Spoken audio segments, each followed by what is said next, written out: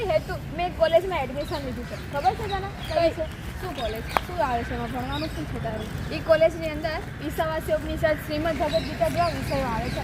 અરે આવું તો બધું ઋષિમુનિઓ ના હોય, આવું શું ભણવાનું ઈશાવાસ્ય ઉપનિષદ? આ બધું યાદ કઈ રીતે રહે? આગળ ભવિષ્યમાં શું કામ લાગે? અરે ખૂબ જ ઇન્ટરેસ્ટિંગ છે, તને બહુ મજા આવશે. એવું શું છે તું મને સમજાવ થોડું કે ઈશાવાસ્ય ઉપનિષદમાં શું આવે? જો ઈશાવાસ્ય ઉપનિષદમાં છે ને એક શ્લોક છે, તેને તત્વેને પૂંજીતા, બધું જ ત્યાગ કરીને પૂજવું, ત્યાગ પૂર્ણ ભાવના રાખીને બધું જ ભોગવવું. એક તો મને સાંભળ, બધું ત્યાગ કરીને ભોગવીએ તો મેળવશું શું? આગળ ચાલશે કેમ જીવન આપણું? અરે યાર, ત્યાં તું લેવા છે ત્યારે તને ખ્યાલ આવે જે ઈશાવાસ્ય ઉપનિષદ સમજ્યું. એક્ઝામ્પલ છે, ચાલ હું તને એક એક્ઝામ્પલ આપું. શું એક્ઝામ્પલ?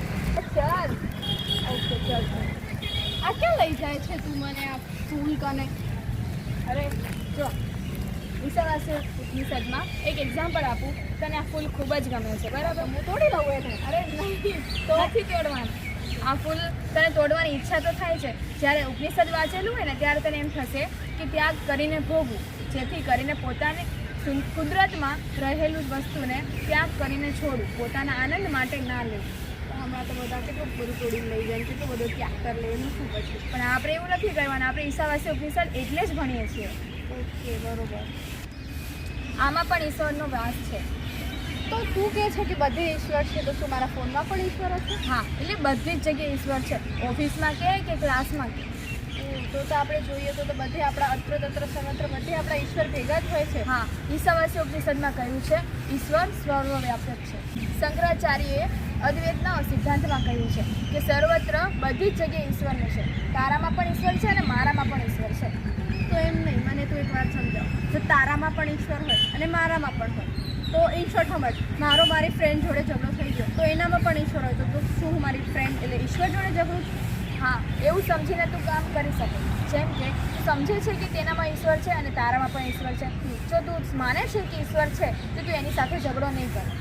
હા, એ વાત તો સાચી કે હું સમજું કે એનામાં પણ ઈશ્વર છે અને મારામાં પણ ઈશ્વર છે, તો કેટલા દ્વેષ ઓછા થઈ જાય, બધાના ઝઘડા ઓછા થઈ જાય.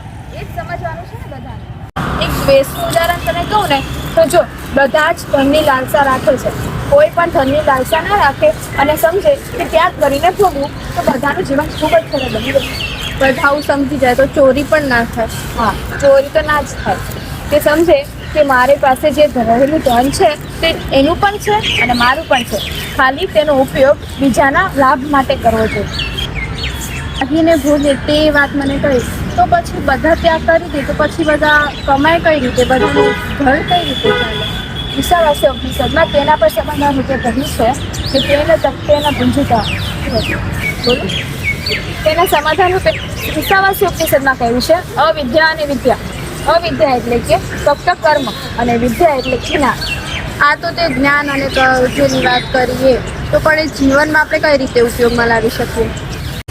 તું સમજ, જ્ઞાન અને કર્મ બંને વચ્ચે સંતુલન રાખીને કેટલું સરળતાથી જીવન જીવી શકાય છે.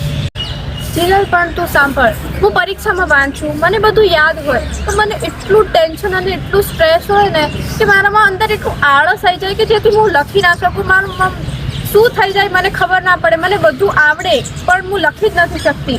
આત્મવિશ્વાસ મારો ઓછો થઈ જાય. તેના સમાધાન રૂપે એમાં કહ્યું છે સત્વ, રજસ અને તમસ. જો તને આળસ આવે છે અને તું કામ નથી કરી શકતી, તેનો મતલબ છે તારામાં તમસ ગુણ વધારે છે. જો તને ટેન્શન થાય છે, ચિંતા થાય છે, તું હરખું રીતે વિચારે તો છે પણ તને બહુ તેના ઉપર બહુ વિચારો આવે છે, એટલે તારામાં રજસ ગુણ પણ વધારે છે. તો પછી મારે કરવાનું શું આગળ? આ બધું મારામાં ઓછું હોય તો પછી મારે એના ઉપયોગમાં શું લેવાનું? પછી તારે ફળ, ફ્રૂટ, શાકભાજી એવું બધું ખાવાનું વધારીને તું તારે અંદરના સત્વગુણને વધારો કર. સત્વ, રજસ અને તમસ. તારે સત્વગુણ વધારવું હોય તો તારે ફળ, ફ્રૂટ, શાકભાજી સાથે બીજા લોકોમાં મદદ કરવાની ભાવના જગાવવી પડશે, જેના કારણે તારામાં સત્વગુણ પણ વધશે અને બીજાના બાકીના 2 ગુણમાં સમતુલના જળવાઈ રહેશે, જે સત્વ, રજસ અને તમસ ત્રણેય ગુણ એક સાથે આગળ વધશે. તો એનાથી પછી હું પરીક્ષા સારી રીતે આપી શકીશ ને? હા, તારામાં માનસિક શાંતિ, સ્થિરતા અને તું આગળ વધવાની તારામાં ભાવના અને મહેનત પણ વધશે. તો ઈશાવાસ્ય ઉપનિષદમાંથી તો કેટલું બધું જીવનનું જ્ઞાન મળે છે.